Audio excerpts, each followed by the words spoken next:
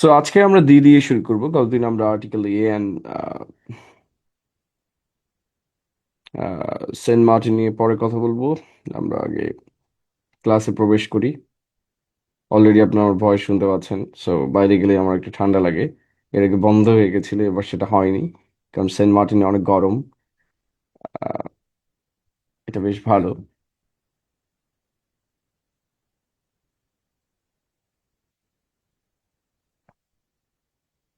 So আজকে আমরা দিয়ে শুরু করব।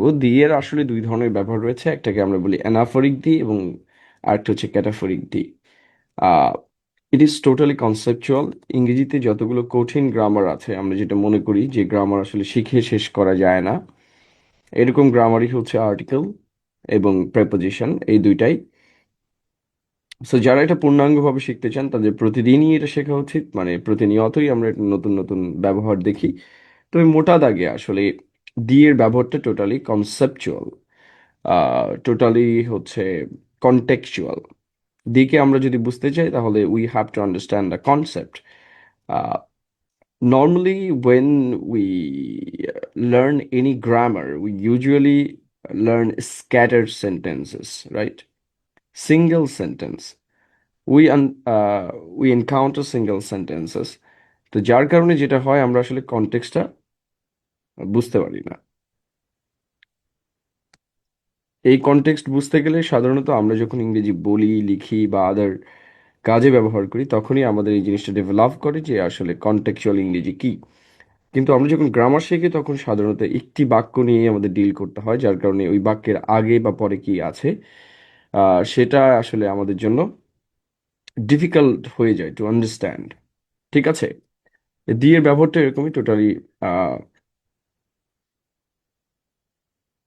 Already I am not in to the politics anymore, so চাপ নাই।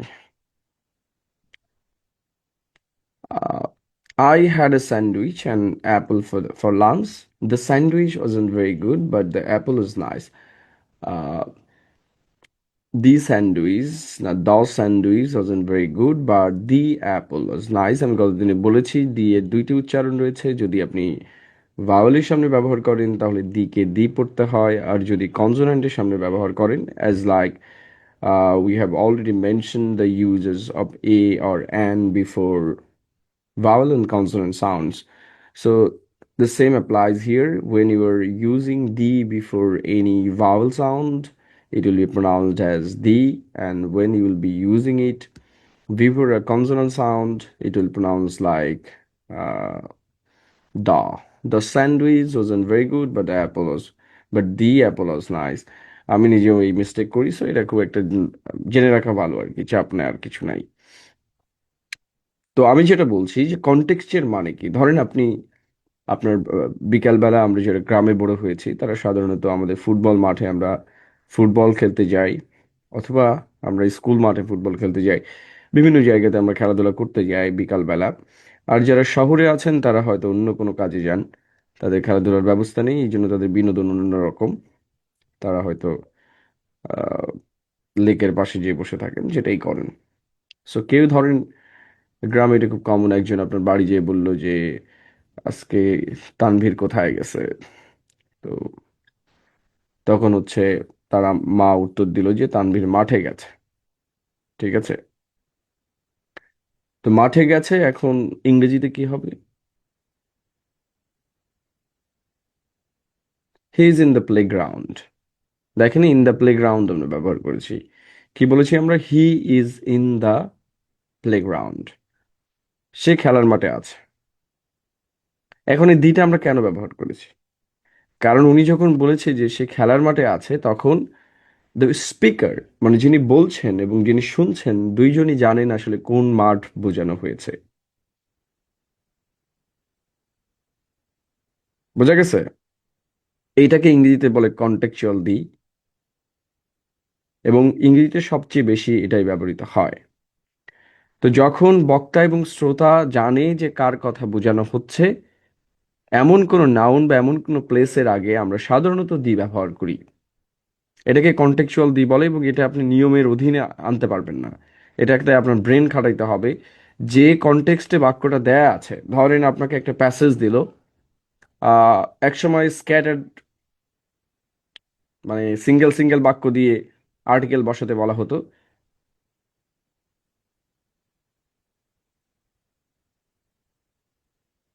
হুইজ কাদের ভাই? তো যাই হোক, সিঙ্গেল সিঙ্গেল বাক্য দিয়ে বলা হতো যে আর্টিকেল বসাতে, তখন এই ধরনের নিয়ম সাধারণত আসতো না। কিন্তু যখন থেকে প্যাসেজ আকারে পড়ে, প্যাসেজ আকারে আর্টিকেলে ব্যবহার পড়ে, তখন কনটেক্সটটা বোঝানো থাকে অলরেডি, যে কোন কনটেক্সটে এই নাউনটা মেনশন করা হয়েছে। তো সাধারণত যদি আপনি কোনো নাউন প্রথমবারের পরে, কোনো নাউন যদি প্রথমবার মেনশন করেন, তাহলে সেটার আগে এও বসতে পারে, অ্যানও বসতে পারে, কিছু নাও বসতে পারে। যদি সেটা আনকাউন্টেবল নাউন হয় তাহলে তো কিছুই বসবে না। কিন্তু ওই নাউনকে যদি একের অধিক বার, মানে প্রথমবারের পরে যতবার মেনশন করবেন, প্রথমবারের পরে ওই নাউনটা যতবার আপনি লিখবেন, ততবার ওই নাউনের পূর্বে দি বসাতে হবে। কারণ ওই নাউনটা কন্টেক্সচুয়াল ফ্যামিলিয়ারিটি গেইন করছে, অর্থাৎ কনটেক্সটের কারণে ওই নাউনটা পরিচিতি পেয়েছে। Just think about it. আমরা যখন প্রথমে আই হ্যাড এ স্যান্ডউইচ লিখলাম, so sandwich countable noun singular, and apple, apple countable noun singular, so a অথবা অ্যান ব্যবহার করেছি। বাট সেকেন্ড টাইমে আমরা যখন স্যান্ডউইচটা ব্যবহার করেছি, আমরা কি লিখেছি? দি স্যান্ডউইচ। অর্থাৎ কোনো নাউনকে প্রথমবারের পরে যতবার মেনশন করা হবে, প্রথমবারের পরে যতবার মেনশন করা হবে, ততবারই দি বসাতে হবে। কারণ ওই স্যান্ডউইচ বলতে কোন স্যান্ডউইচ? যেটা প্রিভিয়াসলি মেনশনড। এটার মানে হচ্ছে যে contextually it is familiar with me. কনটেক্সটের কারণে এটা বক্তা এবং শ্রোতার কাছে অলরেডি পরিচিত, এবং দি দ্বারা বোঝানো হয় ওই যে প্রথমে যে স্যান্ডউইচের কথা বলেছি, আমি দ্বিতীয়বারও সেম স্যান্ডউইচের কথা বলছি, তৃতীয়বার আমি সেম স্যান্ডউইচের কথা বলছি।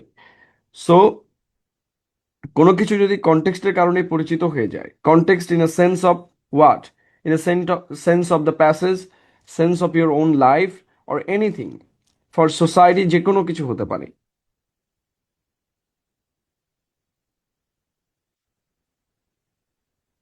ওকে।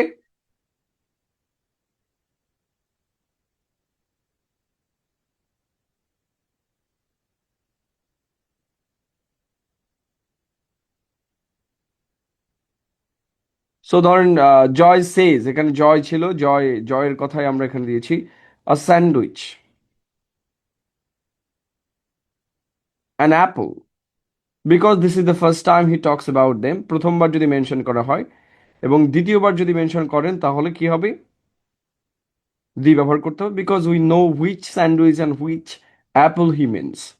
তো দি এর প্রধান ব্যাপারটা হচ্ছে যে এইটাই। দ্বিতীয় দেখেন, যে বিষয়ের সাথে আমরা ইতিমধ্যে পরিচিত, কিংবা যে বিষয় সর্বজন জ্ঞাত, অর্থাৎ সবাই জানে। সর্বজন জ্ঞাত মানে কি? কমন ফ্যামিলিয়ারিটি যেটা আছে, এভরিওয়ান নোজ অ্যাবাউট ইট, এমন কোনো বিষয় সাধারণত ওটার পূর্বে দি বসে। তো এটার মধ্যে কি কি আছে? এটার মধ্যে আছে হচ্ছে পৃথিবীতে যে সকল জিনিস একটি মাত্র আছে, যে সকল জিনিস একটি মাত্র আছে, তাদের পূর্বে সাধারণত দি বসে। এবং অনেক বিষয় আছে যেগুলোর সাথে আমরা অলরেডি ফ্যামিলিয়ার। সো এই ফ্যামিলিয়ারিটি দুইভাবে গেইন হতে পারে। একটা হচ্ছে পোস্ট মডিফায়ার দ্বারা। কোনো নাউনকে যদি পোস্ট মডিফাই করা হয়, তাহলে ওই নাউনের আগে দি বসে। পোস্ট মডিফাই কিরকম? কোনো নাউনের পরে যদি প্রেপোজিশনাল ফ্রেজ থাকে, কি বলেছি? কোনো নাউনের পরে যদি প্রেপোজিশনাল ফ্রেজ থাকে, অথবা কোনো নাউনের পরে যদি প্রেপোজিশনাল ফ্রেজ থাকে, অথবা রিলেটিভ প্রোনাউন থাকে, অথবা রিলেটিভ অ্যাডভার্ব থাকে, অর্থাৎ ডাব্লিউইস ওয়ার্ড থাকে।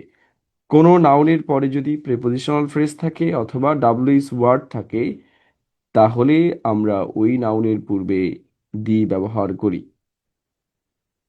ঠিক আছে? সো দেখেন, এটা সাধারণত প্রচুর পরীক্ষাতে আসে। আর আমাদের প্রধান নিয়ম হচ্ছে যে বিষয়ের সাথে আমরা ইতোমধ্যে পরিচিত, সেটা কি ইতোমধ্যে পরিচিত? ধরেন আমরা যদি বলি দি পোস্টম্যান, মানে he is not a normal postman, এটা হচ্ছে দি পোস্টম্যান যে আমাদের বাড়িতে আসে। আপনি যখন দি বলবেন, তখন বোঝাবে যে এই পোস্টম্যান স্পিকার এবং লিসনার দুজনের কাছেই পরিচিত। তাহলে আপনার বাড়িতে যে পোস্টম্যান আসে তাকে আপনি কি বলবেন? দি পোস্টম্যান। এখন কোনো আননোন পোস্টম্যান যদি আপনার বাড়িতে আসে তাহলে আপনি কি বলবেন? এ পোস্টম্যান কেম। দি পোস্টম্যান কেম। দি পোস্টম্যান মানে যে পোস্টম্যানটা আমাদের রেগুলার বাড়িতে আসে। ধরেন আপনার পোস্টম্যান হচ্ছে আপনাদের সাথে অন্য কোনো লেনদেন থাকতে পারে, রাইট? ধরেন আপনাকে খুঁজতে আসছে হয়তো কোনো একটা কাজের কারণে, সেক্ষেত্রেও আসতে পারে। তার মানে দি পোস্টম্যান মানে হচ্ছে যে যে পোস্টম্যান অলরেডি আমাদের বাড়িতে আসে এবং স্পিকার অ্যান্ড লিসেনার দুইজনই যেটার সাথে পরিচিত। এবং দি কার, আমাদের কারটি নষ্ট হয়ে গেছে, তা আমরা কি বলবো? The car is broken. The newspaper, what is the newspaper? The newspaper মানে আমরা যে পত্রিকাটি পড়ি আর কি। ঠিক আছে? তার মানে কনটেক্সটের কারণে আমরা যদি বোঝাতে চাই সর্বজন জ্ঞাত বলতে এখানে যিনি কথা বলছেন এবং যিনি কথা শুনছেন তারা দুইজনই যেন বুঝতে পারে আসলে কোন নিউজ পেপারে কথা বলা হচ্ছে।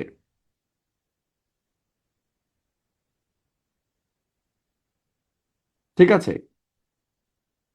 আমি কি বোঝাতে পেরেছি? হ্যাঁ, এটা শুনতে খুব ভালো লাগছে কিন্তু আসলে বসানো টাফ।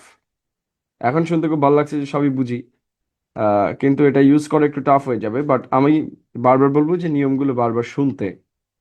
সো দেখেন, যখন কোনো ব্যক্তি বা বস্তুকে বোঝানো হচ্ছে তা স্পষ্ট হয়ে যায়। এই সবই contextual, cataphoric and anaphoric. So for example, আমরা ধরেন একটা রুমের ভেতরে আমরা বসে আছি, তো আমরা কি বলি? এই লাইটটা জ্বালাই দাও তো, এরকম বলি না আমরা? So if you are married so you can, married না হলে চলে, এটা ভাই বোন কেউ থাকলে আপনি বললেন আপনার ছোট ভাইকে এই লাইটটা জ্বালায় দেয়। সো লাইটটা বলতে কোন লাইটকে বোঝানো হচ্ছে? The light in the room. It's not a common light, it's proper light. I mean, যেটা অলরেডি স্পেসিফাইড যে এই রুমের ভেতরের যে রুমটা, লাইটটা আছে। সো সাপোজ আপনি একটা রুমের ভেতরে বসে আছেন and you are talking about the light, the floor, the ceiling, the door, the carpet of the room. এটা কিন্তু মেনশন না, পরীক্ষাতে এটা মেনশন থাকবে না যে আপনি the light off the room, but রুমের কথা মেনশন থাকবে। ধরুন একটা রুম আগে বলা হয়েছে কনটেক্সটে, দেন ওই রুমের লাইটের কথা বলা হচ্ছে, দেন বুঝতে হবে যে the light is associated with that room that has been already mentioned in the context. So কনটেক্সটে যেটা অলরেডি উল্লেখ করা হয়েছে সেই সকল সেই সকল জিনিসের পূর্বে আমরা অলরেডি দি ব্যবহার করতে পারবো।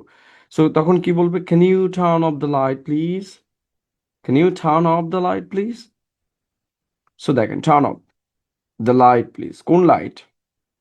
যখন already for example in a room we talk about, so আপনি অলরেডি রুমে রুমে আছেন এবং ওই রুমের লাইট বন্ধ করতে বলছেন, সেক্ষেত্রে turn off the light, turn the light. So I took a taxi to the station. So আমি ট্যাক্সি নিয়ে স্টেশনে গেলাম। এখন আমি তো অলরেডি মেনশন করি না এটা কমলাপুর স্টেশন, নাকি এটা আজিমপুর স্টেশন, নাকি এটা ইডেন স্টেশন। হিডেন স্টেশন হতে পারে, এনিথিং।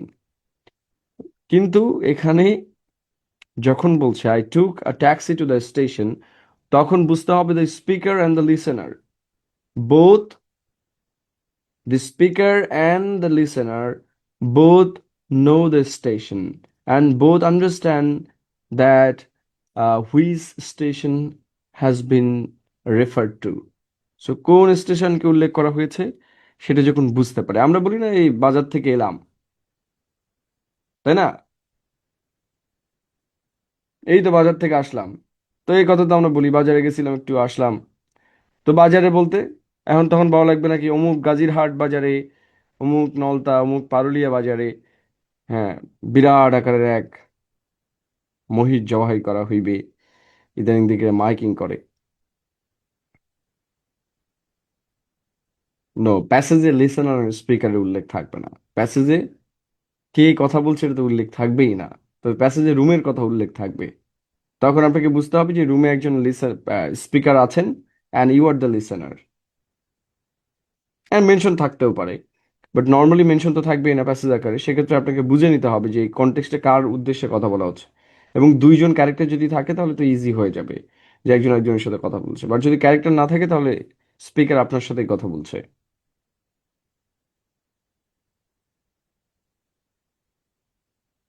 ঠিক আছে?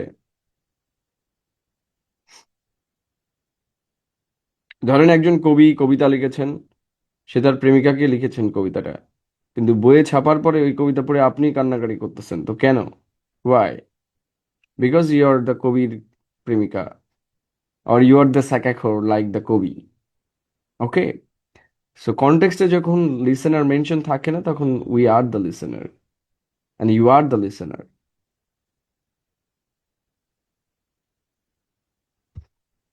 কথা ক্লিয়ার না ভেজাল আছে? ওকে। সাপোজ আপনি একটা দোকানে গিয়েছেন, আমি এর আগে রুমের কথা বলছি, দোকানে গিয়ে বললেন যে আমি ম্যানেজারের সাথে কথা বলতে চাই, তখন কি বলবেন? I would like to I would like to speak to the manager, please. So দেখেন, to the manager, কোন manager? The manager of the shop. So যখনই দি ব্যবহার করছেন, তার মানে ওই দোকানের ম্যানেজারের কথা বলা হচ্ছে। So real life context, suppose আপনি স্বপ্নে গেলেন, গিয়ে কিছু কিনতে গেছেন, তখন বলুন ম্যানেজারের সাথে কথা বলতে চাই। তখন এরকম অনেকে বলে I would like to speak to manager please. Not at all, to the manager please. The manager মানে কি? ওইখানে যে ম্যানেজার, তার সাথে কথা বলবেন। দি মানে হচ্ছে the specific manager of that shop.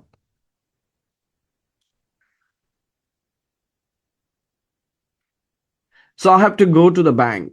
Suppose আপনি রাস্তা দিয়ে হাঁটছেন, অ্যান্ড আপনার এখন টাকার দরকার, ঠিক আছে?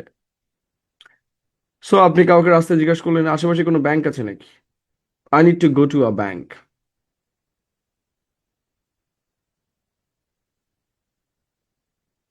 দুইটাই হবে।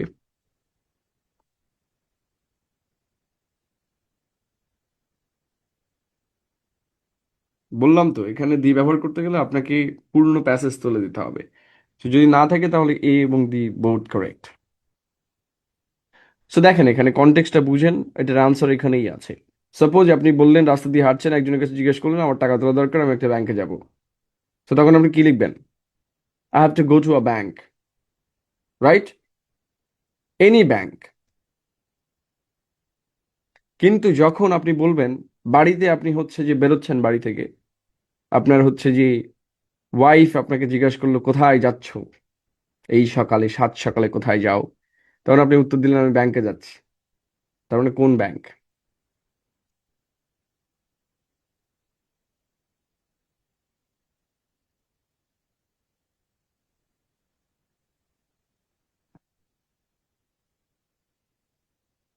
যে ব্যাংকে আপনি রেগুলার যান, অ্যান্ড শি নোজ ইট। বোঝা গেছে? ব্যাংকে যাচ্ছি মানে যে ব্যাংকে আমি রেগুলার যাই, ওটার কথা বলা হচ্ছে।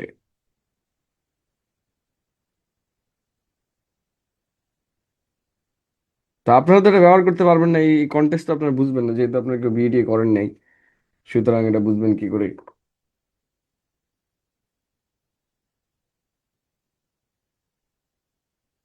বিয়ে হবেও না। ক্লাস থেকে লিভ নিয়ে ঘুমালে বিয়ে তো হবেই না। So I have to go to the bank and then I am going to the post office. আবারও বলছি যে এখানে দি বলতে এটা বোঝানো হয়েছে।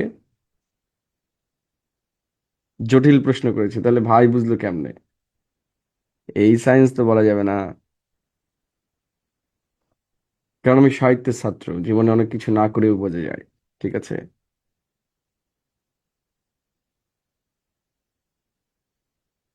নো, বলতে পারবেন না, ম্যানেজার একটা জায়গায় একজনই থাকে। সো আপনাকে দি বলতে হবে। আপনি যে শপে দাঁড়ায় আছেন, ওই শপের পার্সপেক্টিভে ওয়ার ইজ দ্য ম্যানেজার বলতে হবে, ওয়ার ইজ ম্যানেজার বলা যাবে না।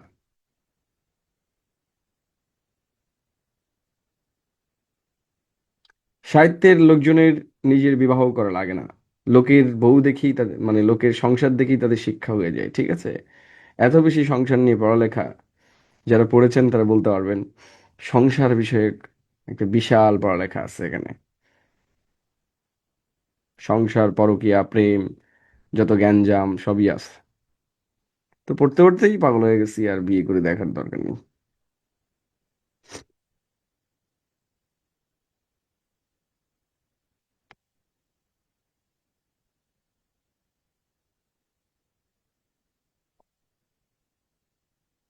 কোন কোন সাহিত্যিকদের বই পড়েছেন, এটা খুব জটিল প্রশ্ন, এতজনের নাম তো মনে রাখা যায় না। তবে ইংলিশ ডিপার্টমেন্টের সিলেবাস দেখলে বলা যাবে যে কার কার পড়েছি, কারণ সবই তো পড়া লাগেই, নাহলে তো ফেল করবো পরীক্ষায়।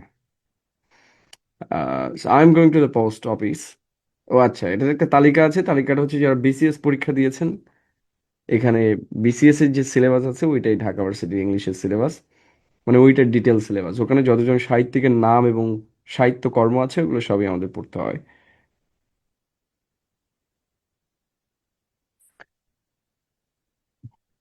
তো ওকে, নেক্সট। ক্লেয়ার।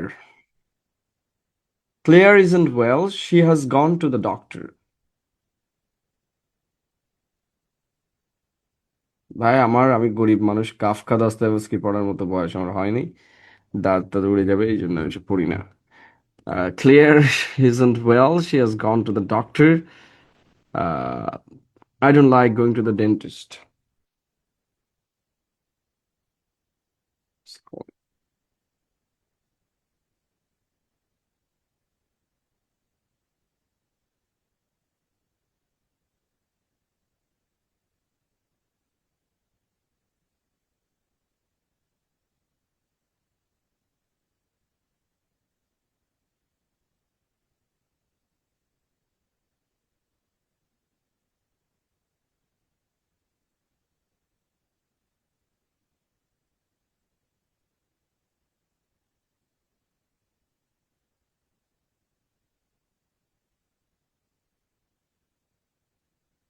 ওকে, সো দেখেন, clear isn't well, she has gone to the doctor. এখন আমি বলতে পারি she has gone to a doctor. এখন কখন এ ব্যবহার করব, কখন দি ব্যবহার করবো, ইট ইজ টোটালি কন্টেক্সচুয়াল। এখানে আমরা তো যেহেতু ইংরেজি ব্যবহার করি না,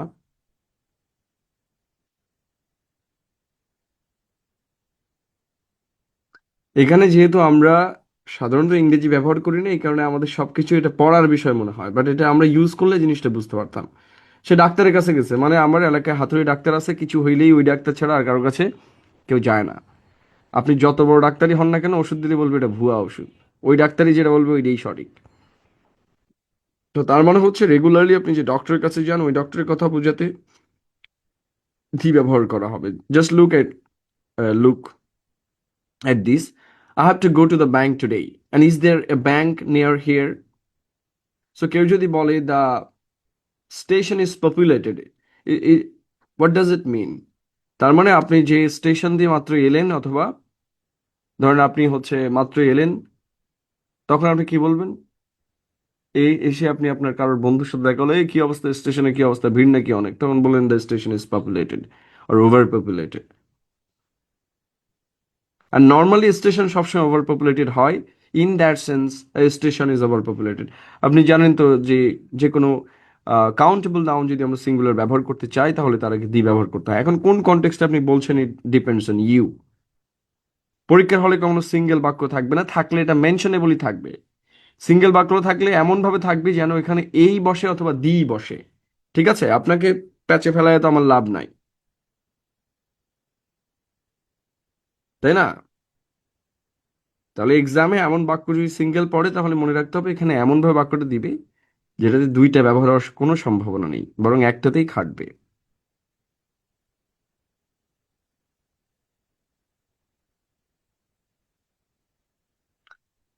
ওকে, দেখেন, আনকাউন্টেবল নাউনের আগে সাধারণত কোনো আর্টিকেল বসে না। কিন্তু আনকাউন্টেবল নাউনকে যদি পোস্ট মডিফাই করা হয়, পোস্ট মানে কি, পেছনে বসে মডিফাই করা।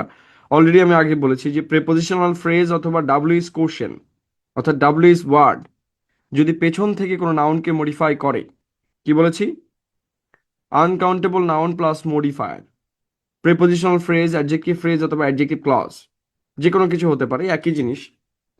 প্রিপোজিশনাল ফ্রেজ অথবা ডাব্লিউএইচ ওয়ার্ড যদি কোনো নাউনকে মডিফাই করে তাহলে ওই নাউনের পূর্বে ডি বসবে। এই যেমন sugar is sweet, it's not sugar dairy, so is sugar is sweet. The sugar on the table is from Cuba. দেখেন, সুগারকে অন দ্য টেবল দ্বারা মডিফাই করা হয়েছে। এর আগে শুধু সুগার ছিল, আনকাউন্টেবল নাউন, চিনি আমরা গুনতে পারি না। তারপরে সুগারকে আমরা পোস্ট মডিফাই করেছি, অর্থাৎ পেছন দিয়ে মডিফাই করেছি। এই জন্য সুগারের পূর্বে কি বসেছে? দি বসেছে। সচরাচর প্রপার নাউনের আগে আর্টিকেল বসে না। কিন্তু প্রপার নাউন মানে কি? কোনো ব্যক্তির নাম বা স্পেসিফিক নেম,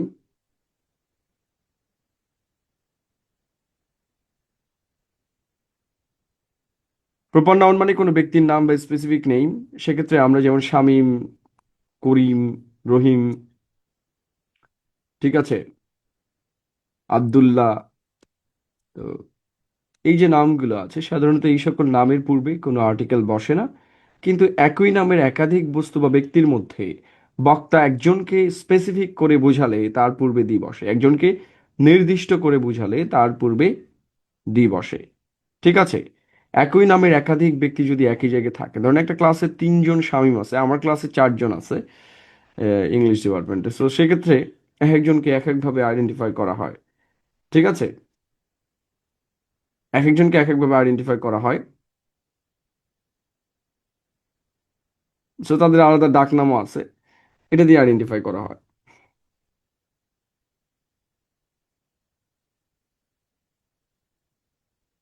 ওকে, সো বাংলাদেশের সবচেয়ে বেশি ব্যবহৃত নাম হচ্ছে ফাহিম এবং সিয়াম। ফাহিম, সিয়াম, আরো কিছু নাম আছে যে নাম খুবই কমন। সাকিব, এটাও খুব কমন নেম। রাকিব, হ্যাঁ রাইট, এগুলো খুব কমন নেম। এবং পৃথিবীর সমস্ত প্লে বয়দের নাম হচ্ছে ফাহিম আর সিয়াম। আহ, so এবং তাদের মেয়েরা খুব পছন্দ করে। আর হচ্ছে সাদিয়া, সুমায়া, রুকায়া, এগুলো হচ্ছে আমাদের দেশে প্রচুর ব্যবহৃত হয়। আহ, বেশিরভাগ সাদিয়ান, সুমায়া, এই দুটো common name. There are three Saqibs in the telephone directory. না, করিম হচ্ছে 19th সেঞ্চুরির নাম, হ্যাঁ 19 শতকে এই নাম বেশি ছিল। এখন এখন তো নাম আরো ছোট হয়ে যায়, ঠিক আছে। সাদিয়া নাম থেকে কত নাম তৈরি করে, মিম, এগুলো তো ওল্ড ভার্সন নেম, এখন সবাই নিজের নাম নিজেই বানায়। এই যে যেমন মুন্না, মুন্না থেকে মুন। এই যে সিফাত মোল্লা, সে নিজের নাম শিফা। আহ, কি নাম! ওই স্বামীর ওর ফ্রেন্ড ছিল, সবাই তাকে চিটার বলতো। ভালোই একটা নাম, চিটার হওয়া ভালো। যারা বেশি বুদ্ধিমান, চিটার না, তারাই মারা খাইছে। So you have to be a cheater. So there are three Sakibs in the telephone directory. ভাবতেই অবাক লাগে যে একসময় দাদা দাদিদের নাম হবে রকি, খোকা, সাদিয়া। সেরা সেরা। তখন ছেলেবেলার নাম শিফাত আর থাকবে না, তার নাম হবে শীত। ঠিক আছে, নাজুল ভাইয়ের নাম হয়ে যাবে নাজ। সো এরকম অদ্ভুত অদ্ভুত।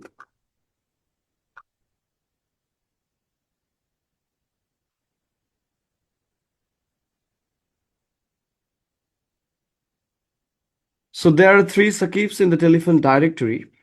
The Sakib that I know lives on First Avenue.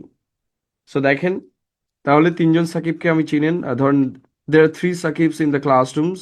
The Sakib that I know lives on First Avenue. So এরকম যদি অনেকজন থাকে তাহলে একজনকে বোঝাতে দি ব্যবহার করা হয়।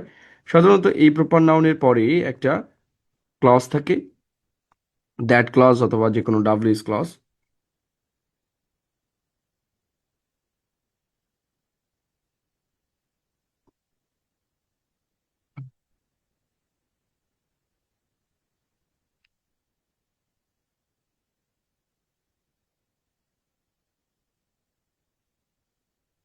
ওকে, তাহলে এরকম যদি অনেকজনের মধ্যে যদি আমরা একজনকে বুঝাই তাহলে সেক্ষেত্রে আমাদের দি বসবে। এবং আরো একটা বিশেষ ব্যবহার রয়েছে যেটা থেকে পরীক্ষাতে একটা সময় প্রচুর প্রশ্ন আসে। ঠিক আছে, প্রপার নাউনের আগে বা পরে যদি অ্যাডজেক্টিভ, অ্যাডজেক্টিভ ফ্রেজ অথবা অ্যাডজেক্টিভ ক্লজ থাকে তাহলে তার পূর্বে দি বসে। অ্যাডজেক্টিভ ফ্রেজ বলতে এখানে কি বোঝানো হয়েছে, বা অ্যাডজেক্টিভ ক্লজ মানে প্রিপোজিশনাল ফ্রেজ থাকলে, অথবা অ্যাডজেক্টিভ ক্লজ কি, যদি ডাব্লিউএস ওয়ার্ড থাকে অথবা দ্যাট থাকে তাহলে তার পূর্বে দি বসবে। যেমন দেখেন, নাউনের পূর্বে আছে দি ইমমর্টাল পোয়েট, অর্থাৎ প্রপার নাউনের পূর্বে যদি অ্যাডজেক্টিভ দেয়া হয়, যেমন আমার আগে ধরি যদি দেন আহ ধরেন গ্যাংস্টার আর মাফিয়া, কিছু একটা লাগাই দেন দি মাফিয়া শামিম, তাহলে আমার নামের আগে আপনি একটা অ্যাডজেক্টিভ বসায় দিলেন, অথবা কোনো একটা বিশেষণ যদি যুক্ত করেন তখন তাহলে তার আগে দি বসবে। ঠিক আছে? The great caesar.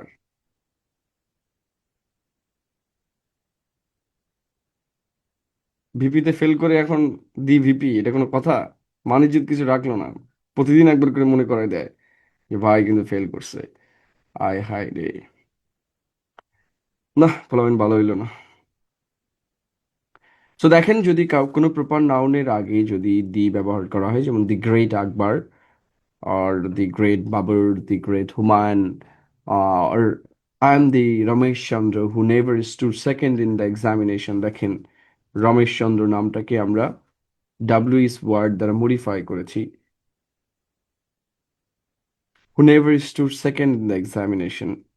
I am the Ramesh Chandra who never stood second in the examination. আহ, এই কথা আপনারা অনেকে পড়েছেন, তাই না? আই এম দিদি রমেশ চন্দ্র, অর্থাৎ কনফিডেন্ট, এত বেশি কনফিডেন্ট ছিল যে সেই কথা বলতে পারতো।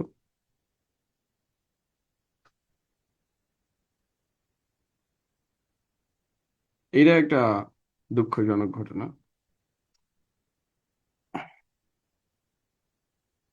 সাধারণত খাওয়ার আয়োজনের আগে কোনো আর্টিকেল বসে না, কিন্তু খাবারের নামের পূর্বে যদি অ্যাডজেক্টিভ থাকে তাহলে ওই অ্যাডজেক্টিভের আগে আর্টিকেল বসে, আর্টিকেল দি বসে অথবা এ বসে। এটা একটা বিশেষ রুল। সাধারণত খাবারের নামের আগে আমরা কোনো আর্টিকেল ব্যবহার করি না, কিন্তু তার আগে যদি একটা অ্যাডজেক্টিভ থাকে তাহলে আমরা এ অথবা অ্যান ব্যবহার করি। যেমন we have breakfast at night, sorry at 8, he gave us a good breakfast. So দেখেন, আমরা ব্রেকফাস্টের পূর্বে যখন অ্যাডজেক্টিভ ব্যবহার করেছি তখন আমাদের ম্যান্ডেটরি কি দেওয়া লাগছে, এ অথবা অ্যান।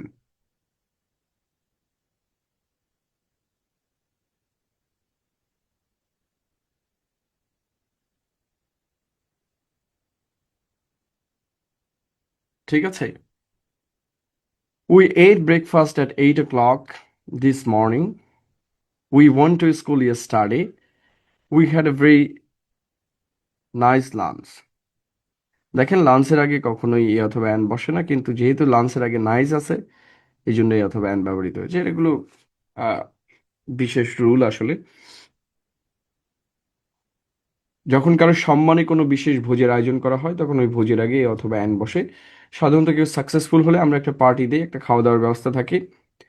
অবশ্যই আপনারা কখনো সাকসেসফুল হলে কখনোই পার্টি টাটি দিবেন না, কারণ হচ্ছে যে সাকসেস হওয়ার আগে মানুষের একটা বিশেষ আচরণ থাকে, জাস্ট এটাকে মনে রাখবেন। এবং এদেরকে জীবনে দাওয়াত করে খাওয়াবেন না, দরকার হলে পাছায় লাথি মেরে উড়াইয়া দিবেন। সবসময় আত্মীয় স্বজন থেকে দূরে থাকতে হবে if you want to be successful in your life. কারণ এরা হচ্ছে সুসময়ের বন্ধু, দুঃসময় আপনি মারা। দুঃসময় আপনার যত রকম সমালোচনা আছে করবে।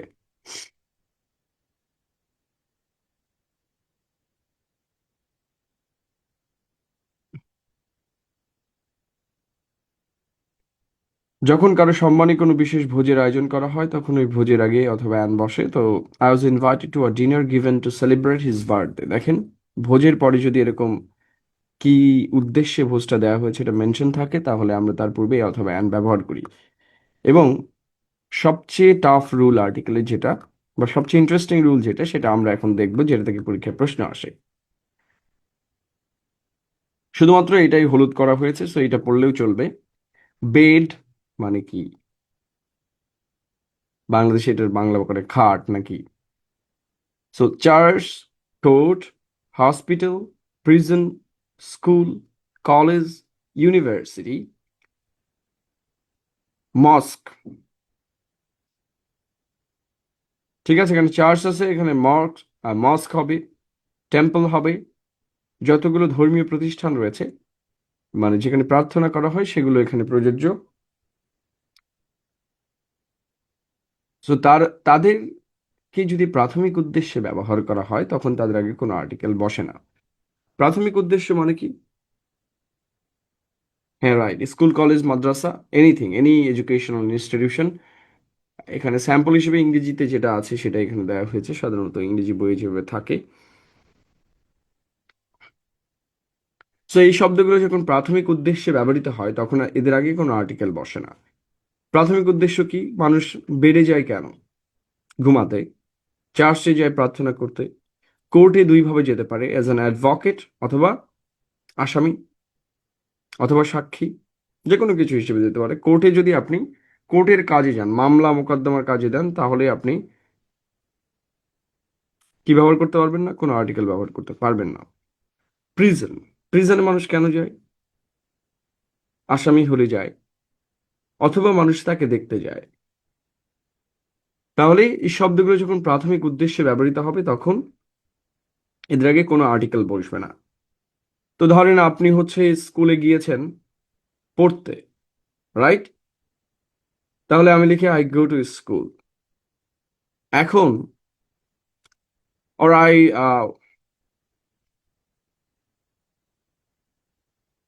I went to college। এখন দেখবেন যে কলেজ যখন ছুটি হয়, বিশেষত মহিলা কলেজ হলে, হঠাৎ করে দেখবেন যে দূর থেকে অনেক জোরে বাইকের শব্দ করতে করতে কিছু পোলাপান চলে আসছে। হ্যাঁ, বিশাল জোরে চালিয়ে চলে যায়। এবং আমি আজ পর্যন্ত বুঝলাম না এরা যে জোরে চালিয়ে যায়, তো যে যাকে ওরা দেখতে চায় তাকে ওরা দেখতে পায় না, এবং যে ওকে ওর দেখার জন্য দাঁড়ায় আছে সেও দেখতে পায় না। তো এত জোরে জোরে কেন চালিয়ে যায় আমি জানি না। তো এরা তাহলে কলেজে যায় কি করতে? এরা তো কিন্তু কলেজে পড়তে যায় না। কলেজের প্রধান উদ্দেশ্য কি? পড়তে যাওয়া অথবা পড়াতে যাওয়া। কিন্তু এই কিছু লোক আছে যারা বাইক নিয়ে এমন জোরে চলে যায় যে তাদেরকে মুখ দেখে চেনা যায় না। ঠিক আছে? এবং এটার মানে আমি বুঝি না, যদি আমার মুখই না দেখা যায়। রাইট। তাহলে প্রাথমিক উদ্দেশ্যে যদি স্কুলে যাওয়া বোঝায়, প্রাথমিক উদ্দেশ্য পড়া অথবা পড়ানো অথবা চাকরি করা, তাহলে সেক্ষেত্রে আমাদের কোনো আর্টিকেল বসবে না। কিন্তু ধরেন স্কুলে আপনার বাবাকে ডেকেছে, কারণ আপনি কোনো ভালো একটা কাজ করেছেন, যার কারণে আপনার বাবাকে একটা পুরস্কার দেওয়া হবে, এই জন্য ডেকেছেন। তো তখন আপনার বাবা লিখবে, আপনি লিখবেন my father went to the school. তো যখনই স্কুলের আগে দি ব্যবহার করবেন, তার মানে হচ্ছে স্কুলে পড়তে যায় নাই, পড়াতেও যায় নাই, অন্য কোনো কাজে গিয়েছে। তাহলে এই সকল প্রতিষ্ঠানের ক্ষেত্রে আমরা যদি প্রাথমিক উদ্দেশ্যে যাই, তাহলে এর আগে কোনো আর্টিকেল কি হয় না, বসে না। অলরেডি এটা থেকে বিসিএস এর কোশ্চেন আসছে। সিমিলারলি আমরা বেডে কি করি? স্লিপিং করতে পারি, মানে ঘুমাতে পারি অথবা রেস্ট করতে পারি। হসপিটালে পেশেন্ট হিসেবে যেতে পারি। সাপোজ আপনি হসপিটালে একজন হাসপাতালে একজন অ্যাক্সিডেন্ট করেছে, তাকে নিয়ে যাওয়া হয়েছে, এবং তখন আমরা কি বলবো? He went to hospital. But আপনি যখন কাউকে হসপিটালে দেখতে গিয়েছেন বা হাসপাতালে দেখতে গিয়েছেন, সো আপনি কি লিখবেন? I went to the hospital. ঠিক আছে? So he went to hospital because he had a heart attack. তাহলে কেন গিয়েছে হসপিটাল? আগে আমরা কিছু ব্যবহার করি না, কারণ হসপিটালের প্রাথমিক উদ্দেশ্য কি? রোগী অথবা ডাক্তার হিসেবে যাওয়া।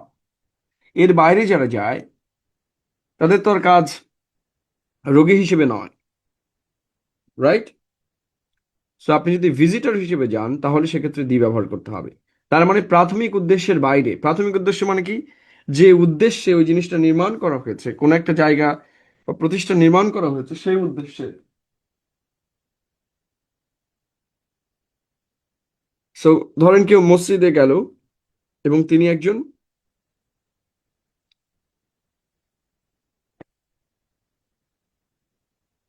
হাদি ভাইয়ের জন্য তো আমরা দোয়া চেয়েছি, এবং আপনি তখন হয়তো ছিলেন না। আহ, যাই হোক, আমরা আমি নিজেই ডিপ্রেশনে চলে যাচ্ছি। ইয়াং লিডার শট ডাউন হয়ে গেছে। বাংলাদেশ কতটা আনপ্রেডিক্টেবল, ইউ ক্যান্ট ইমাজিন আর কি। আমি নিজেই হতাশ। এবং রীতিমতো যারা ইয়াং রাজনীতি করে তাদের অনেকেরই অবস্থা খারাপ আর কি, মানসিকভাবে। So he went to hospital because he had a heart attack, and I went to the hospital to visit হিম। তার মানে হচ্ছে যে আহ প্রাথমিক উদ্দেশ্য ব্যতীত যদি অন্য কোনো উদ্দেশ্যে যাওয়া বোঝায়, এই সকল জায়গাতে, ধরেন কেউ মসজিদে গিয়েছেন এবং উনি একজন ইলেকট্রিশিয়ান, তাই না? মসজিদে অনেক ফ্যান ট্যান থাকে, লাইট, এসিও থাকে, বা সবসময় আমরা চাই যে এই জিনিসটা ঠিকঠাক থাকুক। তো সেক্ষেত্রে উনি তো আর মসজিদে নামাজ পড়তে যায় নাই। তাহলে কি লিখবো? He went to the mosque. But আমি ধরেন প্রেয়ারের জন্য গিয়েছি, শুক্রবারে নামাজ পড়তে বা বিকালে নামাজ পড়তে, আসরের ওয়াক্তে বা যে কোনো সময় নামাজ পড়তে গিয়েছি, সেক্ষেত্রে কিন্তু I went two মস্ক, not I went to the mosque.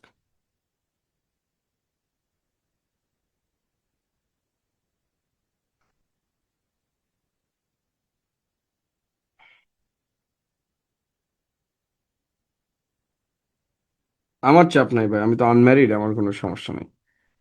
মারাটা গেলে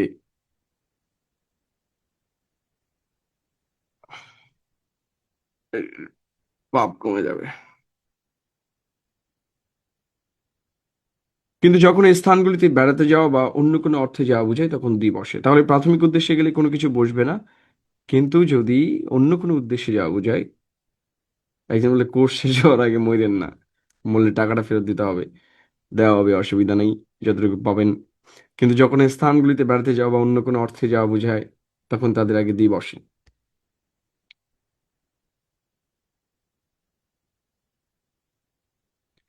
I went to the church to see the stained glass. দেখেন, চার্চে গিয়েছিল একজন মিস্ত্রি, তিনি স্টেইন গ্লাস, ওই গ্লাসটা দেখতে গিয়েছিল, মানে জানালা যে গ্লাস থাকে ওটাতে কিছু একটা রং টং লাগছে। He goes to the prison to give lectures. So প্রিজনে গিয়েও পড়তে যায়। প্রিজনে আপনি জানেন যে এখানে নানা ধরনের তাবলিগি কাজ হয়, নানা কাজই হয়। তো যদি আপনি অন্য কোনো উদ্দেশ্যে যান তাহলে কি বসবে? দি বসবে।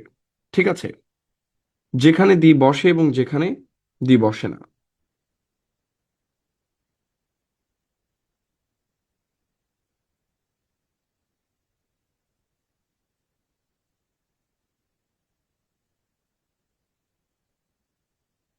দেখেন, মহাসাগর, নদী, সাগর, উপসাগর এবং হ্রদমালা, এই জিনিসটা খেয়াল করবেন। একটা হচ্ছে প্লুরাল লেকস, মানে যেখানে অনেকগুলো লেক একসাথে থাকে, সেগুলোকে প্লুরাল লেকস বলে। মানে অনেকগুলো লেক একসাথে জুড়ে মহালেক হয় আর কি। So the great lake Baikal, the great lakes. So যেগুলো হচ্ছে অনেকগুলো লেক একসাথে আছে সেসব ক্ষেত্রে আমরা দি ব্যবহার করি। কিন্তু সিঙ্গুলার লেকের ক্ষেত্রে আমরা দি ব্যবহার করি না।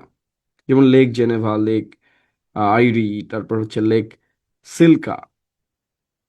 এটা কিন্তু পরীক্ষাতে আসে, এটা in Orissa. So the Rocky mountains, পর্বতমালা, সাধারণত পর্বতমালার আগে দি বসে এবং সাধারণ পর্বতের আগে কোনো আর্টিকেল বসে না। দ্বীপপুঞ্জের আগে, মানে অনেকগুলো দ্বীপ যদি একসাথে থাকে তাহলে তাদের আগে দ্বীপ বসে, এবং একটি মাত্র দ্বীপ হলে সেখানে কিন্তু কোনো দ্বীপ বসবে না। যেমন সেন্ট মার্টিন, আহ সন্দ্বীপ, এগুলো হচ্ছে একটি মাত্র দ্বীপ। এবং পৃথিবী বলতে এখানে দুইটা জিনিস বুঝতে হবে, আপনার মাঝে মাঝে দুইটা জিনিস দেখবেন। আর্থের আগে কখনো দ্বীপ বসে এবং কখনো বসে না। আমি যে জায়গায় রেড মার্ক করেছি সেটা কিন্তু পরীক্ষাতে বারবার আসে। ঠিক আছে? এগুলো জাস্ট পড়ে রাখার বিষয়, টাফ কিছু না। যে টাফ অংশ আছে সেটুকুই পড়ালে হয় আর্টিকেলের ক্ষেত্রে। আজকে ক্লাস শর্টেই শেষ করে দিব, যেহেতু আমাদের এইটুকুই বাকি আছে, নিচে গেলেই শেষ হয়ে যাবে। হোয়াট এভার, ডি অবধি আমাদের আজকের পড়া। সো এই জন্য ধীরে ধীরে পড়াচ্ছি। সো দেখেন, পৃথিবী দুই ধরনের হতে পারে। একটা হচ্ছে পৃথিবী বলতে আমাদের এই মহাবিশ্বকে বোঝানো হয়, মহাবিশ্ব বলতে আমাদের বিশ্বটাকে বোঝানো হয়, ওয়ার্ল্ডকে বোঝানো হয়। ঠিক আছে? পৃথিবীতে কেউ কি কখনো এটা করেছে? এই পৃথিবী বলতে কি বোঝানো হয়? মানে আমাদের, আমরা যতটুকু দেখতে পাই পৃথিবীর ভিজুয়াল যে ওয়ার্ল্ড, তাই না? পৃথিবীর সবগুলো দেশের সমষ্টি এই ধরনের আর কি। সো পৃথিবী বলতে যখন বিশ্বকে বোঝানো হয় তখন পৃথিবীর পূর্বে দ্বি বসে, এবং ওই পৃথিবীর বানানটা কিন্তু ছোট হাতের অক্ষর দিয়ে হয়। কি হয়? স্মল লেটার এবং ক্যাপিটাল লেটার, স্মল লেটারে হয়। দি আর্থ।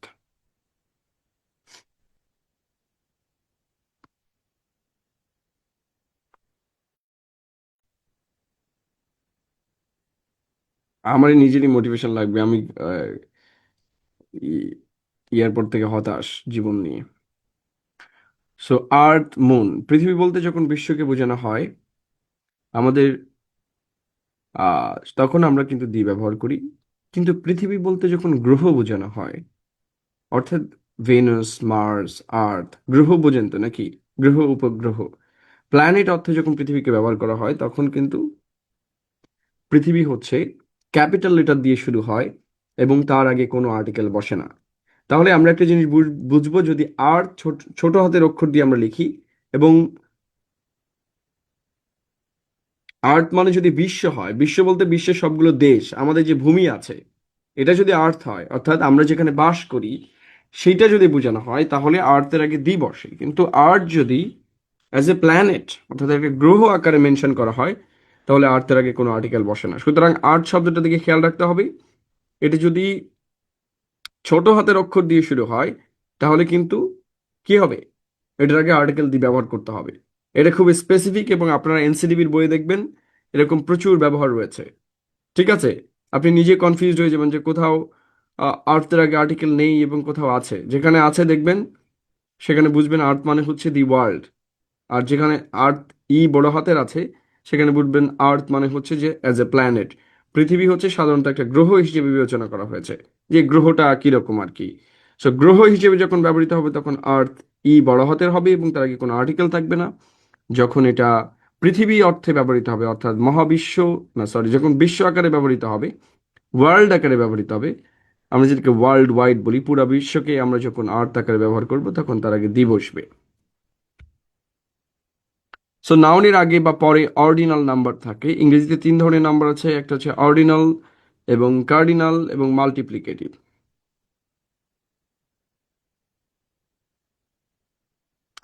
অর্ডিনাল, কার্ডিনাল এবং মাল্টিপ্লিকেটিভ, ইংরেজিতে তিন ধরনের নাম্বার আছে। অর্ডিনাল মানে হচ্ছে যে ফার্স্ট, সেকেন্ড, থার্ড, এগুলো হচ্ছে ordinal number. One, two, three, four এগুলো হচ্ছে কার্ডিনাল নাম্বার। এবং মাল্টিপ্লিকেটিভ এটা হচ্ছে double, triple, four fold, five fold, ঠিক আছে, সিঙ্গেল, ডাবল এভাবে ব্যবহৃত হয়। যেমন আপনারা এখানে অনেকেই সিঙ্গেল, সো আপনারা হচ্ছে কার্ডিনাল নাম্বার। ঠিক আছে।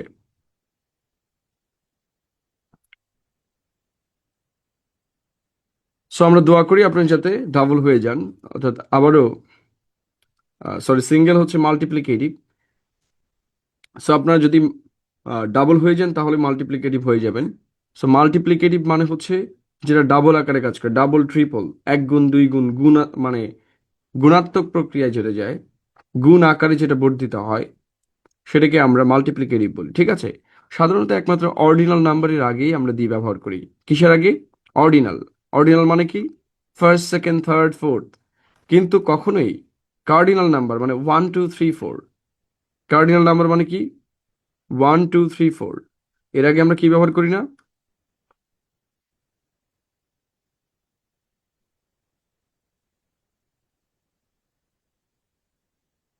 দি ব্যবহার করি না।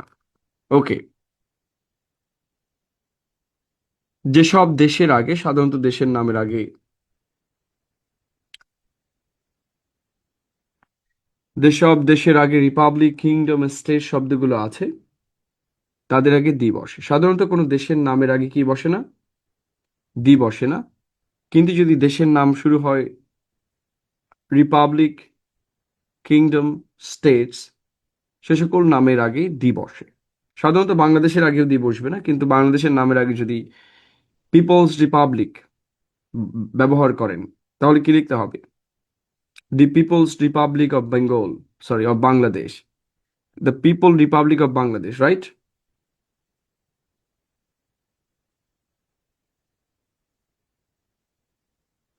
হ্যাঁ, টোয়াইস, থ্রাইস, বুঝি নাই। Multiplicative number.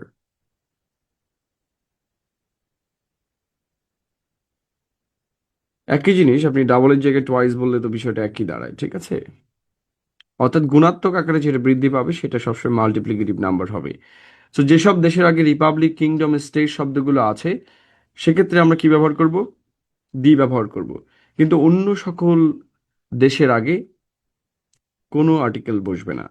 লাইক বাংলাদেশ, আহ, মায়ানমার, চায়না, বেশি দিন যায় না, এগুলোর আগে কোনো আর্টিকেল বসবে না।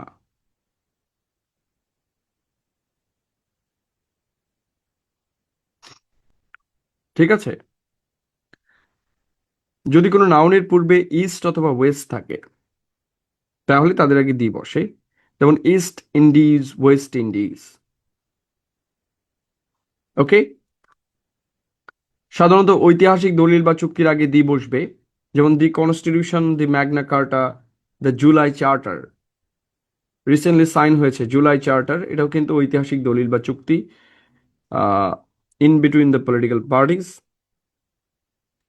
সো রাজনৈতিক দলগুলোর ভেতরে একটা চুক্তি, এবং এই চুক্তিটার নাম হচ্ছে দ্য জুলাই চার্টার, জুলাই সনদ। সো এটাও কিন্তু একটা ঐতিহাসিক দলিল। ওকে, ঐতিহাসিক দলিলের আগে আমরা কি ব্যবহার করব? হ্যাঁ, ঢাকা কলেজ এবং সিটি কলেজের চুক্তি ও ঐতিহাসিক চুক্তি। সো এর আগেও দি বসবে, ঠিক আছে। The Dhaka college, the Dhaka and city college accord. So এটার আগে দি বসবে। এটা ঐতিহাসিক চুক্তি, এবং এই চুক্তি ভেঙে গেছে অলরেডি মনে হয়, নাকি? এই চুক্তি আমি ছাড়া আর কেউ বাস্তবায়ন করতে পারবে না।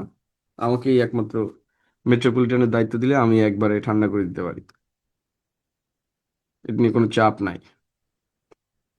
জাস্ট 5 মিনিট সময় দিলে হবে, 7 মিনিট।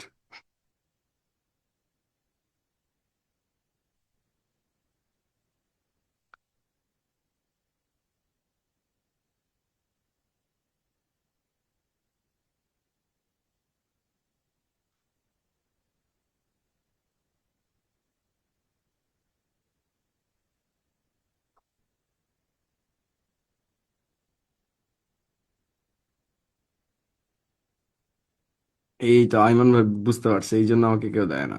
পুলিশ হয়ে তো লাভ নাই ভাই, আমি তো হোম মিনিস্টার হয়ে দিব। একদম ব্রাশ ফায়ার দিয়ে দিব, আজীবন ঠান্ডা হয়ে যাবে। কর পড়ালেখা বাদ দিয়ে মারামারি। সো আমাদের একটা break, then will come back after 10 minutes.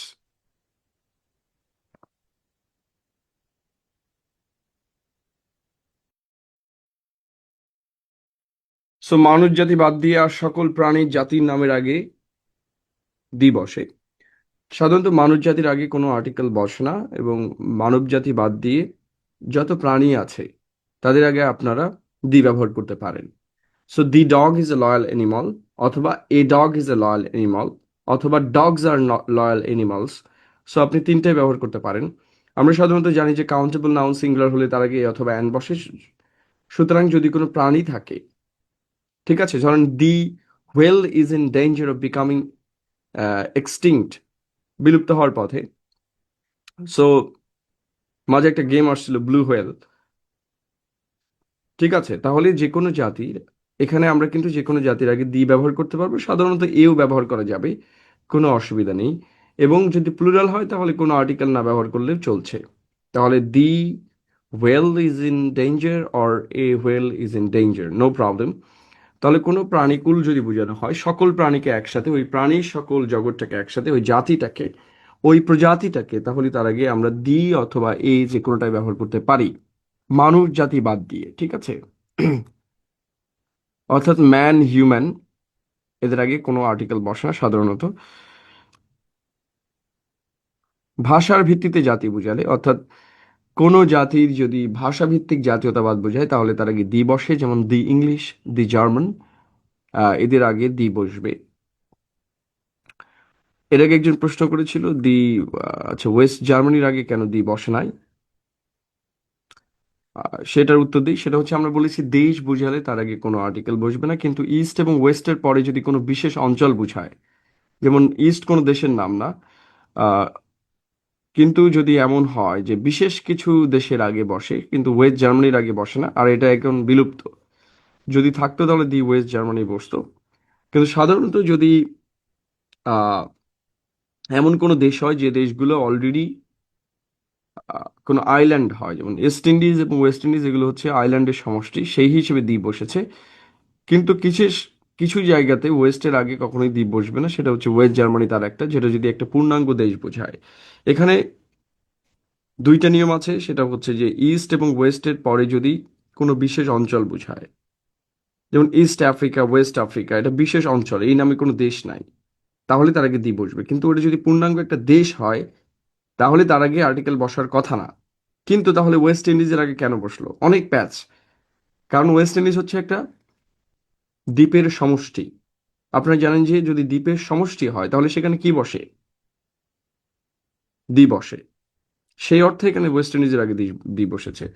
তাহলে ইস্ট এবং ওয়েস্টের পরে যদি এমন কোনো নাউন থাকে যে নাউনটা একটা ভৌগোলিক অঞ্চল বোঝায়, কোনো দেশ বোঝায় না।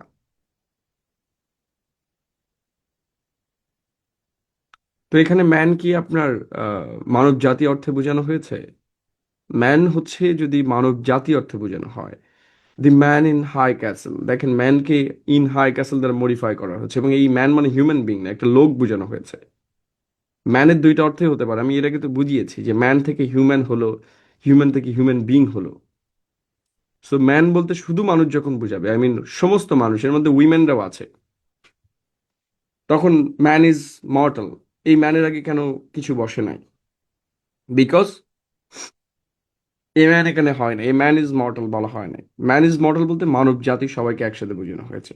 হিউম্যান কাইন্ড অর্থে যখন হিউম্যান ব্যবহৃত হবে, একটা শব্দের একটাই অর্থ থাকবে এমন কোনো কথা নেই, একাধিক অর্থ থাকতে পারে এবং শতাধিক অর্থ থাকতে পারে।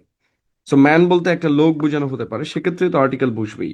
কিন্তু ম্যান বলতে যখন মানব জাতি বোঝাবে, the whole human being all together, তখন কিন্তু তার আগে কোনো আর্টিকেল বসবে না। সো এটা আপনাকে বুঝতে হবে কনটেক্সটে। এমন কোনো কনটেক্সট যদি থাকে যে মানব জাতির সবাইকে বোঝানো হচ্ছে, তাহলে তখন আর্টিকেলটা বুঝবে না। কিন্তু ম্যান বলতে তো পুরুষ মানুষ হইতে পারে, সেক্ষেত্রে আর্টিকেল বসবে। ঠিক আছে? ভাষার ভিত্তিতে জাতি বোঝালে তার আগে দি বসবে। যেমন আপনারা যদি ইংলিশের আগে দি বসান, তাহলে ইংরেজি ভাষাভাষী জাতিগোষ্ঠী বোঝানো হবে। যদি বাংলার আগে দি বেঙ্গলি, তো আগে বাংলার আসল নাম কি ছিল? বেঙ্গলি বলা হতো। বাংলাকে কিন্তু ইংরেজিতে ট্রান্সলেট করা হতো বেঙ্গলি বলে, রাইট? এখন বেঙ্গল হয়েছে, এখন বাংলা হয়েছে আর কি। বাট আসল নাম ইংরেজরা কিন্তু দি বেঙ্গলি করছিল। ইংলিশ টু বেঙ্গলি ডিকশনারি, এগুলো দেখবেন এখনো পুরোনো ডিকশনারিগুলোতে বই আছে। তো বেঙ্গলি বলতে বাঙালি বোঝানো হয়, বাঙালি ইংরেজি বেঙ্গলি। এই জন্য দি বেঙ্গলি অর্থাৎ দি বাঙালিজ, যারা বাংলা বলে তাদেরকে দি বেঙ্গলি বলে। এটা একটা ভাষা ভিত্তিক জাতীয়তাবাদ।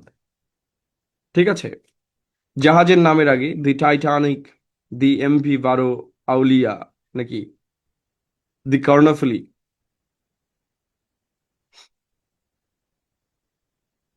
সো দিকের নামের আগে আমাদের যে চারটা দিক আছে, পূর্ব পশ্চিম উত্তর দক্ষিণ, আরো অনেকগুলো দিক আছে। কয়টা দিক মোট? হ্যাঁ, যদি বলেন দি চাট গায়া।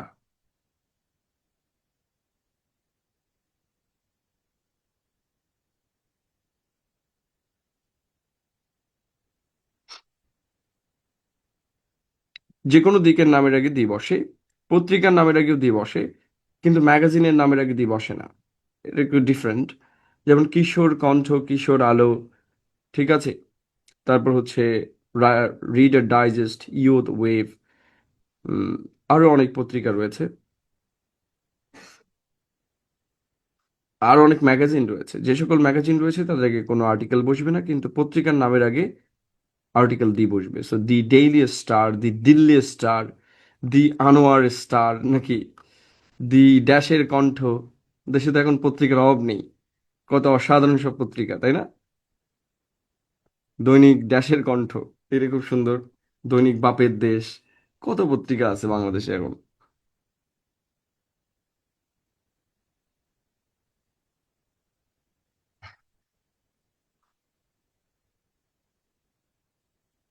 কিশোর আলো, রাইট।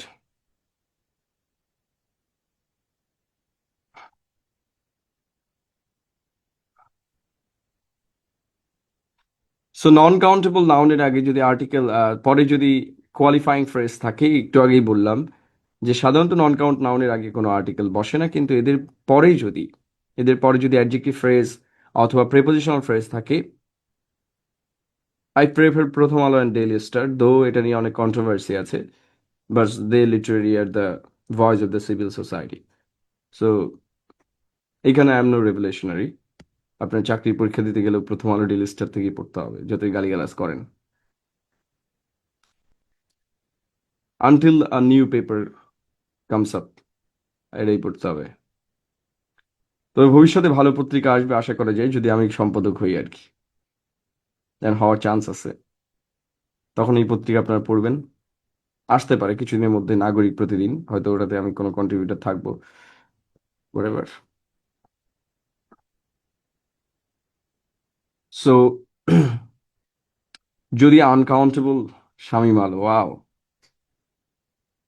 যদি আনকাউন্টেবল নাউনের পরে প্রিপোজিশনাল ফ্রেজ থাকে, অথবা ডাব্লিউ ইজ ওয়ার্ড যুক্ত, অথবা দ্যাট যুক্ত কোনো ক্লজ থাকে, তাহলে তার পূর্বে দি বসবে।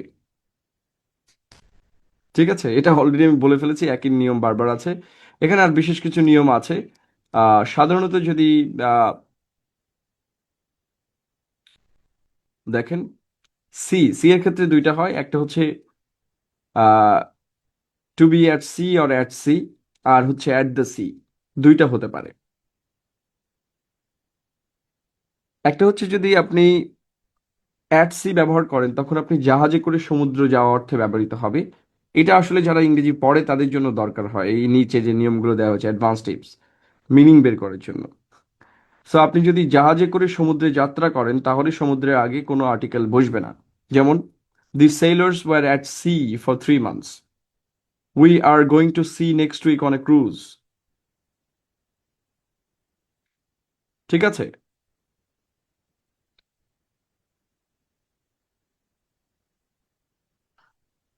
প্রথম আলো কেটে দেন, ওরা দেশের শত্রু। আচ্ছা, শীত তো বহু বছর আগের।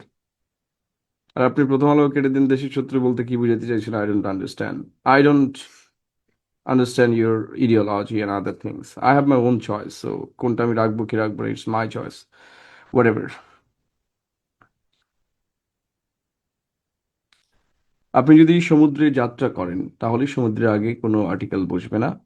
আরেকটা জিনিস মনে রাখতে হবে, জুলাইতে যখন কোনো পত্রিকা শহীদের সংখ্যা প্রকাশ করে নাই, অনলি ওয়ান পেপার যেটা শহীদের সংখ্যা প্রকাশ করছে। আমি যখন ঢাকা ভার্সিটিতে পড়ছি তখন প্রথম আলো ঢাকা ভার্সিটিতে ব্যান্ড ছিল, অর্থাৎ ঢাকা বিশ্ববিদ্যালয়ের প্রথম আলো ঢোকা নিষেধ ছিল। এটা আপনারা হয়তো জানেন না যারা হলে পড়ে।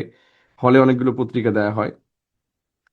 প্রথম আলো ভালো আমি এটা বলছি না, তাদের অবশ্যই ইডিওলজি আছে, তারা বাটপারি করে, এটা ঠিক আছে, বাট কোনো পত্রিকা বন্ধের পক্ষে আমি নই। সব পত্রিকায় থাকুক। যদি আমার দেশ প্রথম আলোর চেয়ে ভালো করে তাহলে আমরা আমার দেশ পড়বো, রাইট? যার কন্টেন্ট ভালো হবে বা মানুষ সেটা কিনবে। So, আমার সাথে আমি আসলে এগুলো পলিটিক্যাল ইডিওলজির সাথে সাথে পত্রিকা চেঞ্জ হয়। শেখ হাসিনা নিজেই বলছে আমার বাসায় প্রথম আলো ঢুকবে না। তো তারপরে আপনাদের কাছে এখন প্রথম আলো শত্রু হয়ে গেছে। I don't understand.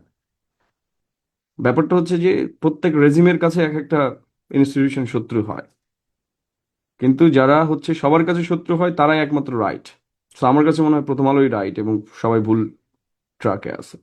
এবং এটা নিয়ে মানুষের দ্বিমত থাকতে পারে, but as a teacher I have to be on track. এখন কিন্তু এখনো ঢাকা ইউনিভার্সিটিতে প্রথম আলো এক ধরনের band.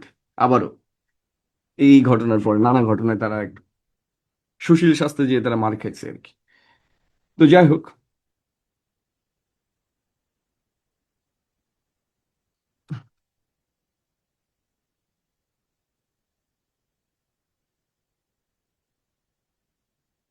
So at the C and go to the C বলতে বোঝানো হয় সমুদ্র সৈকতে বেড়ানো। তাহলে আপনি যখন অ্যাট সি বলবেন তখন আপনি সমুদ্রে যাত্রা করেছেন, এবং যখন আপনি অ্যাট দি সি বলবেন তখন আপনি সমুদ্র তীরে বেড়াতে যাওয়া বুঝিয়েছেন। সো যখন বলবেন I am at the C, তার মানে আপনি সমুদ্র তীরে হাঁটাহাঁটি করছেন। ঠিক আছে। আর আপনি যখন বলবেন আই এম অ্যাট সি তখন আপনি সমুদ্রে যাত্রা করেছেন, মানে আপনি জাহাজে আছেন। বুঝাতে পেরেছি? জাহাজ বা নৌকাতে আছেন, হয়তো মাছ ধরতে গিয়েছেন। তাহলে যদি নৌযাত্রা বোঝায় তাহলে অ্যাট সি। আর যদি আপনি নদীর তীরে মানে নদী সরি সাগরের তীরে হাঁটাহাঁটি করেন, অর্থাৎ সমুদ্র তীর যেটা সৈকত।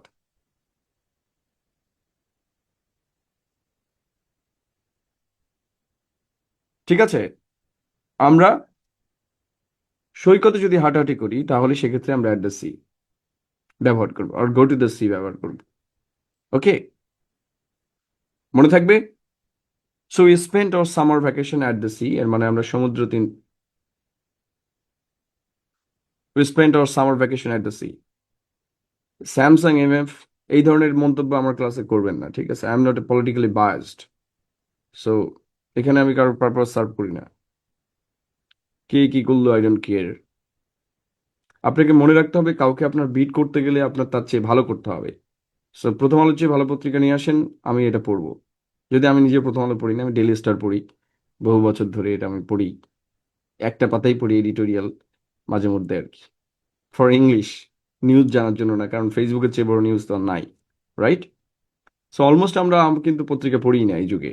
প্রথম আলো কেউ পড়ে কিনা আমি জানি না, আপনাদের মধ্যে কে পড়েন আমি জানি না, আমি নিজেও পড়ি না, কোনো কালে পড়ি নাই। শুধুমাত্র জুলাইয়ে আমি কিনছিলাম পত্রিকাগুলো, কারণ আমি জানতাম যে সব মিডিয়া অফ হয়ে গেছিল, সো পত্রিকা ছাড়া উপায় ছিল না। সো ওই টাইমটা আমি বলতে পারি যে দে ডিড ভেরি ওয়েল। তার আগে পরে কি করছে আমি জানি না।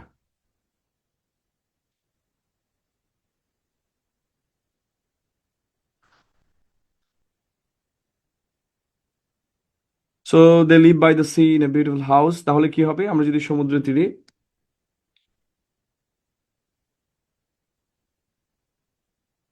হ্যাঁ রাইট। তো যে ওটাকে গালাগালি দেয় এও পড়ে মনে হয়, আমি জানি না, আমি নিজে যেহেতু পড়ি না, আই ডোন্ট নো। বাট আমি ডেইলি স্টার আগে কিনতাম এবং মাঝে মধ্যে পড়ি আর কি, সাবস্ক্রিপশন কেনা আছে আর কি। He is at work, he is on his way to work, he is in back from work ইয়ে। দেখেন, ওয়ার্ক বলতে যদি কর্মস্থল বোঝানো হয় তাহলে এটাকে দি বসে না, কিন্তু ওয়ার্ক বলতে যদি অফিস বোঝানো হয় তাহলে তার আগে দি ব্যবহার করা হয়। যেমন হি ইজ অ্যাট দ্য অফিস, এর মানে হচ্ছে সে অফিসে আছে, অর্থাৎ সরি, ওয়ার্ক বলতে যদি অফিস বোঝানো হয় তাহলে ওয়ার্কের আগে আর্টিকেল বসে না, এটা খুব ইন্টারেস্টিং। ধরেন আমি কাজে আছি, সো অথবা কর্মস্থলে আছি, তখন হি ইজ অ্যাট ওয়ার্ক। বাট আমরা যদি ওয়ার্কের জায়গায় অফিস ব্যবহার করি তখন দি বসবে, অর্থাৎ ওয়ার্কের আগে দি বসে না যদি কর্মস্থল অর্থে ব্যবহৃত হয়। কিন্তু যদি ওয়ার্ক ব্যবহার না করে আমরা অফিস ব্যবহার করি তাহলে অফিসের আগে দি বসে। ওয়ার্কের আগে দি বসে না, অফিসের আগে দি বসে, এইটুকু মনে রাখলে হবে। He is at the office আর ইন দ্য অফিস। প্রথম আলো দি ব্র্যান্ড আমার মনে হয় না, প্রথম আলোর কিছুটা গ্যাঞ্জাম আছে এবং আমি নিজেও ব্যক্তিগতভাবে পছন্দ করি না। বাট বললাম তো, as a teacher you have to be truthful. আমি কখনোই কাউকে ডিরেক্টলি খারাপ বলতে পারি না, ইফস তাদের কিছু ভালো থাকে আর কি। সো আমাদের ভালোটা নিতে হবে, খারাপটা ফেলে দিতে হবে, এইটাই। আর এখন কেউ পত্রিকা পড়ে কিনা আমি জানি না, যারা হয়তো হুদাই কেনে, কিছু অফিস আছে তাদের ওই ট্রেন্ডে আর কি চলে, বা আগের জেনারেশন পড়ে। আমরা তো কেউ পত্রিকা পড়ি না, আমরা সব ইউটিউব, ফেসবুক। ঠিক আছে। সো দি প্লাস অ্যাডজেক্টিভ ব্যবহার করে আমরা একটি নির্দিষ্ট শ্রেণীর মানুষের বুঝাই, the old, the rich, the homeless, এগুলো প্লুরাল হিসেবে ব্যবহৃত হয়। তাই এর সাথে প্লুরাল ভার্ব ব্যবহৃত হয়। আমরা দি প্লাস অ্যাডজেক্টিভ যখন ব্যবহার করি তখন the old, the rich, the homeless, ইত্যাদি ইত্যাদি। কিশোর আলো আমি একসময় পড়তাম ছোটবেলায়, কিশোর আলো, ইয়ুথ ওয়েভ, তারপর হচ্ছে শিবিরের একটা পত্রিকা আছে কিশোর কণ্ঠ, এগুলো আমার সংগ্রহে আছে। যেহেতু আমি ওসব পারি টাড়ি বললাম না আগেই, আমি I don't care about it, যে যারা ভালো লেখে তারা পড়তে হবে। ইয়ুথ ওয়েবে খুব ভালো পত্রিকা, যারা ইংরেজিতে ইয়াং লেখেন তারা এটাতে লিখতে পারেন।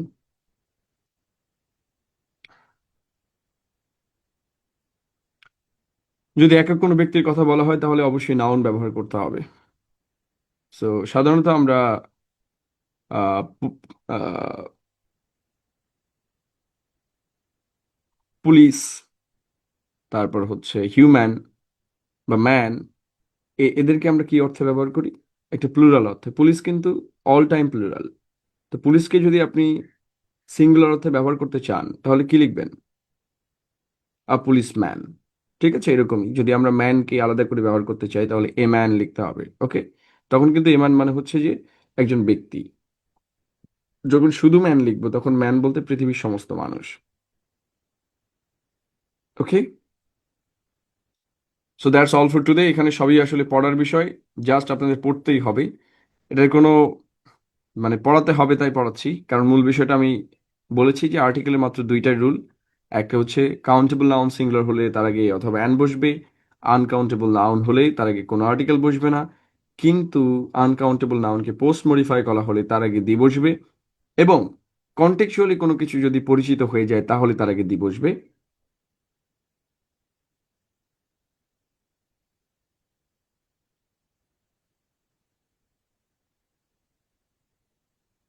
টু অফিস কোথায় বলেছি? অফিসের আগে অলওয়েজ ডি ব্যবহার করতে হয়। এবং আমি বলেছি ওয়ার্ক, ওয়ার্কের আগে দি বসবে না। ঠিক আছে, আর দুইটা শব্দ আছে ইন অফিস এবং out of office. In office মানে হচ্ছে কোনো কিছু দায়িত্বে থাকা, ঠিক আছে, এবং আউট অফ অফিস মানে দায়িত্ব ছেড়ে দেয়া। So the president was in office for 4 years, মানে 4 বছর ক্ষমতায় ছিলেন, মানে is out of office, is out of office, তার মানে এখন ক্ষমতা থেকে চলে গেছেন। সো সাধারণত অফিসের আগে সবসময় দি বসে, কিন্তু ওয়ার্কের আগে কখনোই কোনো আর্টিকেল বসে না। That's it, that's all for today. কোনো কোশ্চেন থাকলে করতে পারেন।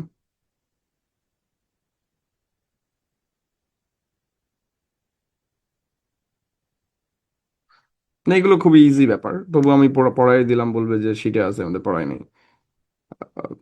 আগামী দিনে ক্লাসটা হবে ডিটারমিনারের উপরে, ওটাও ইজি ব্যাপার। তবু আমরা ডিটারমিনারটা কমপ্লিট করব, যেহেতু ওখান থেকে বিসিএস একটা করে প্রশ্ন আসে। সো অবশ্যই এটা পড়তে হবে। দুই তিনটা টপিক আছে যেগুলো খুব বোরিং। প্রোনাউন একটা বোরিং টপিক।